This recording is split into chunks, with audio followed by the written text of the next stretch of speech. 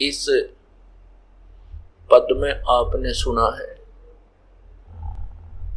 कि जिन्होंने परमात्मा की तड़फ लगी उन्होंने फिर मुड़ के पीछे नहीं देखा। कहते हैं एक वाजिद नाम के मुसलमान बादशाह थे। वो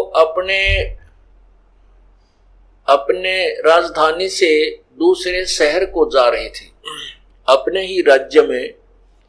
तो उसमें राजा के साथ अंगरक्षक और रास्ते में फिर उनका खाना पीने का सामान ऊंटों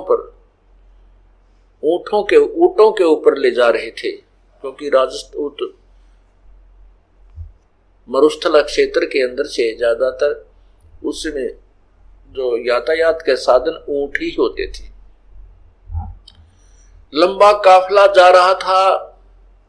आगे से एक भीड़ी तंग रास्ते से गुजर रहे थे।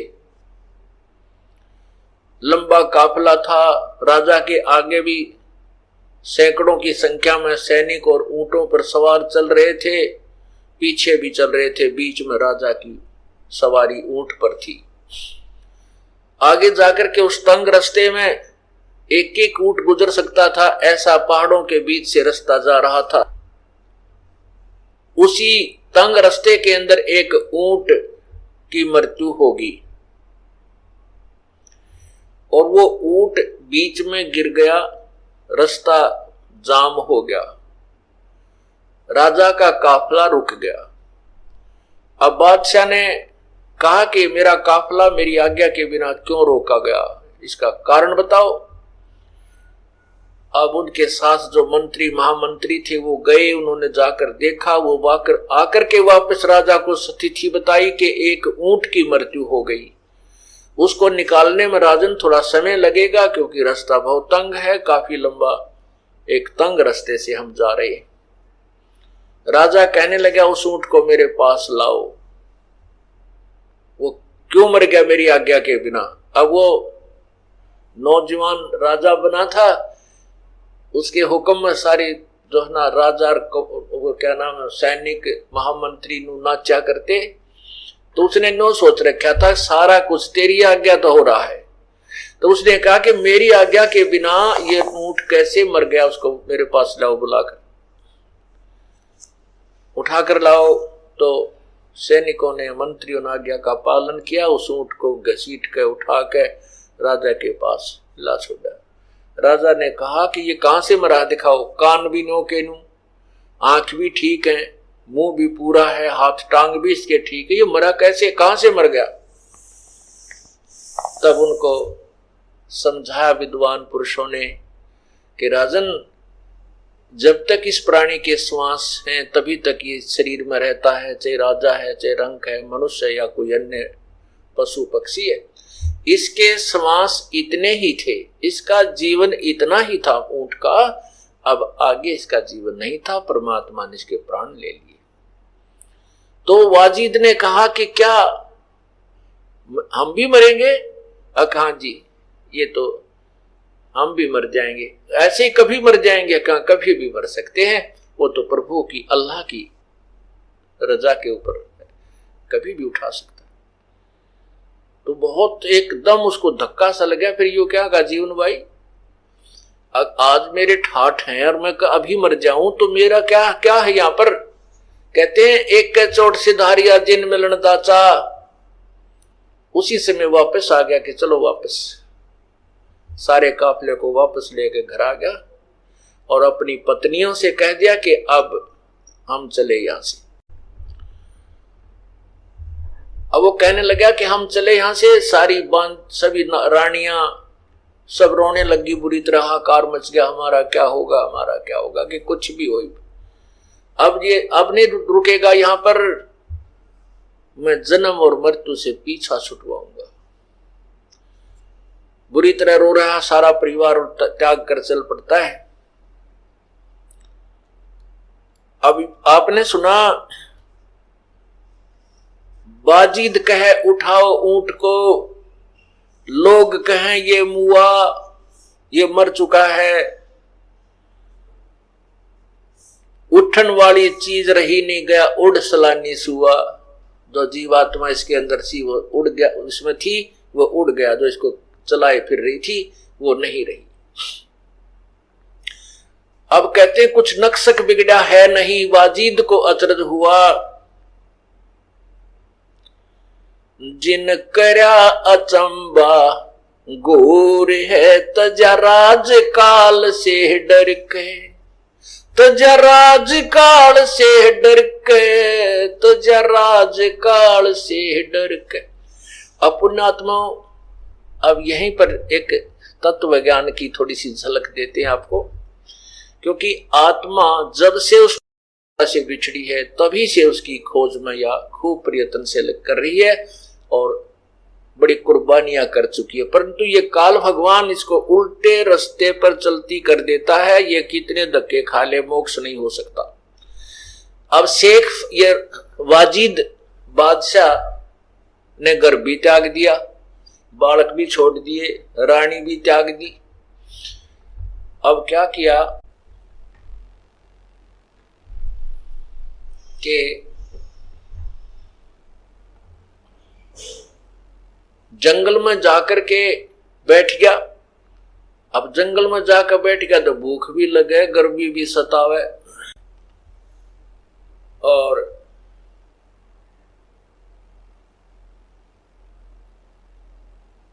वहां सारी व्यवस्था करनी पड़ी, झोपड़ी डालने लग गया।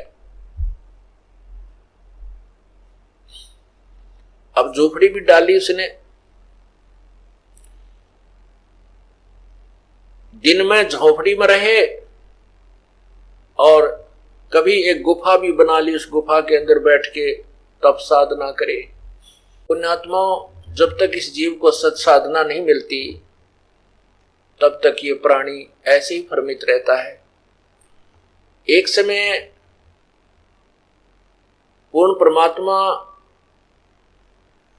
उन पुण्यात्माओं के साथ साथ फिरता है जो पूर्व जन्म में उनकी कोई सत साधना की हुई होती है। जैसे आपने धन्ना भक्त के बारे में सुना है। धन्ना भक्त को परमात्मा मिले थे, पूर्ण ब्रह्म मिले थे। उनको तत्व ज्ञान समझाया था। अब तक समस्या यही रही कि बहुत कम भगत जन परमात्मा को पहचान पाए, फिर भी श्रद्धालु लोगों ने उनकी कुछ बातों को कुछ समय तक स्वीकार किया। तो धन्ना भगत जी को जो परमात्मा मिले, उनको तत्व ज्ञान समझाया। उससे पूर्व धन्ना भगत जी के पूर्व संस्कारों से, पिछले जन्म की भक्ति के कारण और तड़फ के कारण उसने कंकर बो दी थी बीज के स्थान पर, ज्वार के स्थान पर, क्योंकि बीज को उन्होंने एक भूखे साधुओं को खिला दिया था। और परमात्मा ने उस कंकर के स्थान पर उनके खेत में तुम्बे, बड़े बड़े तुम्बे होते हैं, जैसे वो तुम्बों की बेल उगा दी। तुम्बों के अंदर परिपक्व ज्वार, हर एक तुम्बे में एक बहुत बड़ा, तुम्बे इतने भारा भारा होते हैं जैसे आपने पेठा देखा हो, इस तरह के तुम्बे होते हैं, अंदर से बहुत खोखले होते हैं वो। तो उन सब में ज्वार भर दी, अर्थात सैकड़ों मन ज्वार परमात्मा ने बगैर बोए ही दे दी। उसके बाद परमात्मा मिले, उनको तत्व ज्ञान समझाया धन्ना भगत ने। फिर उसके बाद उस तत्व ज्ञान के आधार से कुछ साधनाएं की। तो उस समय धन्ना भगत उस वाजिद जी के पास चले गए। वाजिद जी के पास चले गए, वहां पर रुके 1-2 दिन। तो वाजिद जी ने कहा कि ए भक्त, आप भक्ति नहीं करते, आप काहे के भक्त हो, आप साधना कुछ भी नहीं कर रहे हो। धन्ना भगत कहता है, मैं साधना बहुत करता हूं। कि नहीं, तू झूठ बोलता है, तू धोखा दे रहा अपने आप को, तू भक्ति नहीं कर रहा है। वाजिद जी ने कहा। वाजिद जी क्या करते थे कि दिन में तो बाहर बैठ जाते थे झोपड़ी पर, नो आकड़ के बहुत समय तक दिन में 1-2 घंटा ही वो बातचीत अन्यों से करते थे और रात्रि के समय गुफा में चले जाते थे। तब धन्ना भक्त ने कहा था, भाई दिन में बजे सो ढोंगी कहिए, रात न बजे सो चोरी, गुफा में बजे सो कहिए मुष्टा, भक्ति की गति और। कहते हैं दिन में लोग दिखावा करता हो तो ढोंगी माना जाता है, और गुफा में रात न बजे वो चोर कहलाता है, और गुफा में बढ़कर भक्ति करे वो तो चूहा कहलाता है। भाई भक्ति की गत और। इस बात से बाजिद को बड़ा खटका लगा, कहने लगा भाई फिर ये क्या, कैसे बात कही आपने ऐसा, और भक्ति की कौन सी सतीथि है, क्योंकि जिसको परमात्मा चाहिए वो तुरंत निर्णय मांगता है। तब धन्ना भक्त ने कहा कि किसी भी इतिहास में बता दे जिसने तेरे की तरह हठ योग किया हो,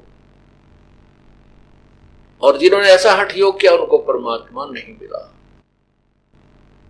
नाम उठत नाम बैठत नाम सोवत जागवे, नाम खाते नाम पीते नाम से ती लागवे। क्या बताते हैं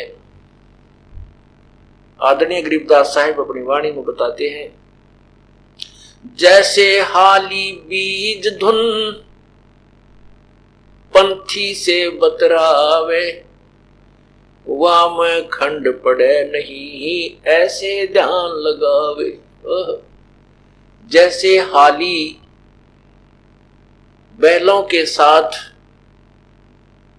हल के साथ में एक बीज बीजने का एक पाइप बांध लेता, उसने ओरना बोलते हैं रोहतक जिले में, ओरना। उस बीज उस पाइप के माध्यम से बीज बीज रहा है और बैल हल जोत रहा है। रास्ते में एक यात्री आ जाता है पंथी, और उस हाली से रास्ता पूछता है कि भाई मैंने इस गांव में जाना है, क्या मैं ठीक जा रहा हूं? तो हाली उसकी तरफ ध्यान नहीं देता, उसकी बातों को अवश्य सुनता है और अपने काम में बिजी है। बीज भी छोड़ता जा रहा है, हल भी जोत रहा है, और चलता चलता उस यात्री को भी कह रहा है भाई सीधा चला जा, रास्ता तेरा ठीक है, आगे बाएं मुड़ जाना और फिर सीधा निकल जाना। कहते जैसे हाड़ी बीज धुन, उसका विशेष ध्यान तो हाथ पे है जो बीज छोड़ रहा है, और पंथी से बतलावे, हुआ में खंड पड़े नहीं ही ऐसे ध्यान लगावे। ऐसे स्मरण होता है, ऐसे वो सहज समाधि होती है, ऐसे ढोंग ऐसे हठ योग को प्रत्येक शास्त्र में मना किया। तो इस बात की खटक वाजिद जी का लगी, भैया बात तो आज नहीं सुनी मैंने। तब उसने कहा कि भक्त मुझे कोई रास्ता बता फिर। तब धन्ना जी ने कहा कि मैं अपने गुरुदेव से आपको मिलाऊंगा, आप उनसे सत्संग सुनो, विचार सुनो और उपदेश लीजिए। तब धन्ना जी ने परमात्मा से मिलाया, यानी वो पूर्ण परमात्मा ना जाने कितनी बार प्रकट होते हैं, लेकिन तब उन्होंने इस तत्व ज्ञान को नहीं और सार नाम को नहीं उजागर किया, लेकिन उन पुण्यात्माओं को ऐसी भक्ति दे दी ताकि उनको मनुष्य जन्म बहुत मिलते रहे, और उन्हीं मनुष्य जन्मों में परमात्मा आके संभाल लेते।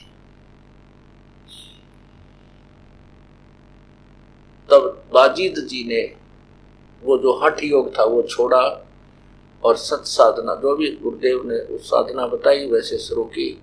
उसके बाद फिर बाजिद जी का फिर मनुष्य जन्म हुआ। कबीर परमेश्वर जब 600 साल यहाँ पहले 120 वर्ष भर रह के गए, तब फिर वही आत्मा उनसे मिली, उनका जन्म हुआ दोबारा। फिर कबीर परमेश्वर की शरण में आए और तब बाजिद जी वाली आत्मा का यानी कल्याण हुआ।